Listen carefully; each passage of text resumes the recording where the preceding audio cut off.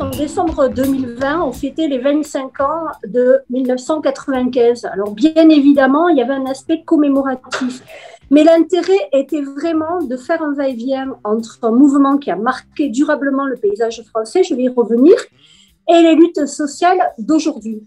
Et donc, le parti pris de Copernic, c'était de parler de 95, mais avec un effet sur la séquence politique qu'on est en train de vivre, qu'on parle des gilets rouges, qu'on parle des gilets jaunes ou qu'on parle des différents secteurs en lutte.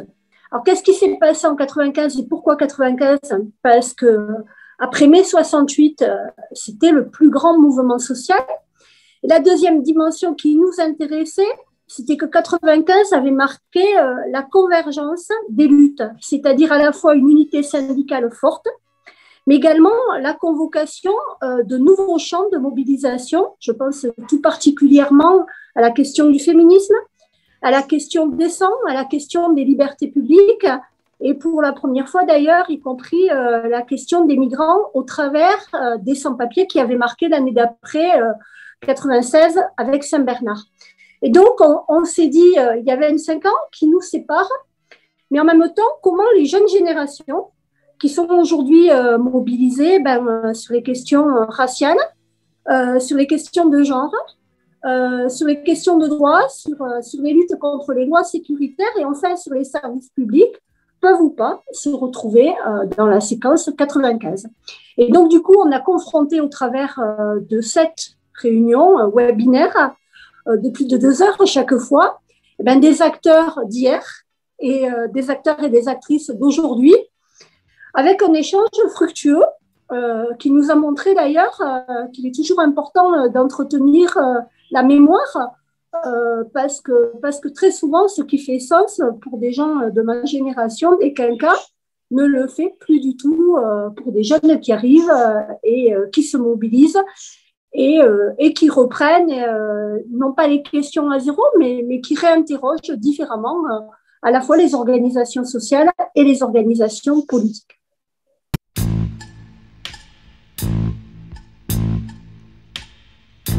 Alors, les premiers webinaires ont essayé de faire un état des lieux de 95. Et les 2 questions qui ont été le plus traitées ont été d'abord la question de l'unité syndicale et la seconde, la question du rapport à la politique et plus particulièrement à la gauche. Alors, l'unité syndicale, pourquoi? Parce qu'on s'aperçoit quand même que sur les dernières décennies, le syndicalisme, comme d'ailleurs le politique, comme d'ailleurs les institutions, c'est-à-dire ce qui a fait le lien social, le socle social du XXe siècle est en train d'exploser. Et donc, on a regardé si aujourd'hui, les bases d'une convergence de tous les gens qui militent pour une émancipation étaient possibles et les obstacles qui pouvaient freiner cette convergence-là. Et donc, est apparu dans les débats que 95 a été à la fois un événement très fort, mais qu'il a marqué le début d'un déclin. Et je viens de l'évoquer, d'un déclin qui est le déclin de la gauche du XXe siècle. Et qu'aujourd'hui, on est sur une base de lutte qui appelle beaucoup l'autogestion. On est sur de nouvelles générations qui entrent dans les luttes sans obligatoirement choisir le lien avec une organisation. Et que donc, la question, elle n'est pas celle d'un jugement, elle est pas morale, mais la question à la fois sociale et politique, c'est voir autour de quoi on peut faire du commun. Et donc, le premier débat, c'est largement étendu sur cette question. Et le second, lui, a essayé de voir qu'est-ce qu'il pouvait faire aujourd'hui. Eh bien, la perspective des luttes sociales, comme 97, à défaut d'ailleurs, a fait la perspective politique de 95. Et donc, on a essayé de voir comment on pouvait passer à un certain moment d'un mouvement à vocation majoritaire à une construction politique, elle aussi, à vocation majoritaire. Et là encore, l'intérêt de reparler de 95, c'est que derrière, il y a la gauche plurielle, avec son plus, c'est c'est la première victoire sur Chirac, qui était le nouveau président en 95. Et l'abrogation du plan Juppé permet de faire venir en 97, pardon, un certain nombre de nouvelles conquêtes sociales. Je pense en particulier à la question des 35 heures.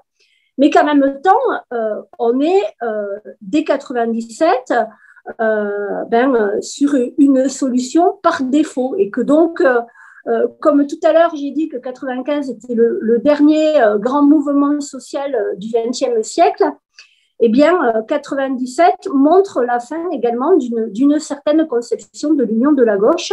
Je crois que c'est ce qui est apparu au travers du second webinaire et qui montre qu'aujourd'hui, bien, il faut retravailler cette question de la convergence sociale et ensuite du rassemblement et de la convergence politique.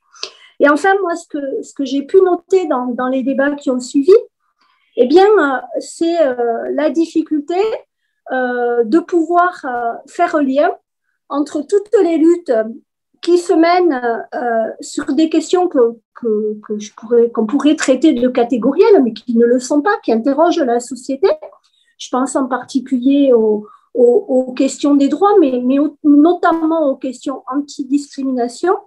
Et ensuite, faire ce lien avec les combats sociaux et les combats qui ont en leur cœur eh bien, l'affrontement social au sens des classes sociales. Et donc, comment on arrive là encore à pouvoir conjuguer les deux ensemble.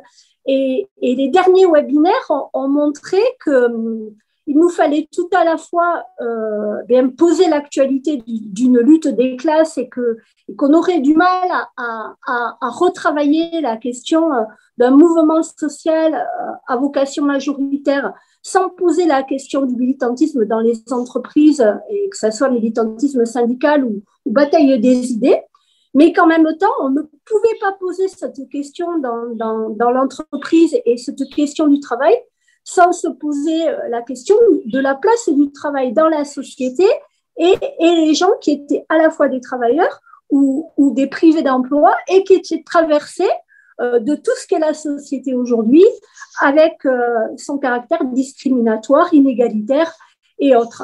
Et je crois que les derniers webinaires ont montré qu'il fallait trouver les nouvelles articulations.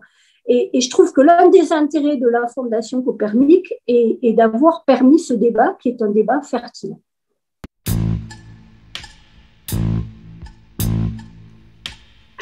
Ce qu'il faut retenir de 95, c'est d'abord que 95 a pris un coup de vieux, et nous avec, mais qu'il est quand même resté une référence d'ailleurs qui est souvent effacée et je pense sciemment, notamment par la droite et également par une partie des sociodémocrates parce que c'était une lutte quand même qui a mis 2 millions de personnes dans la rue et qui a été une lutte gagnante.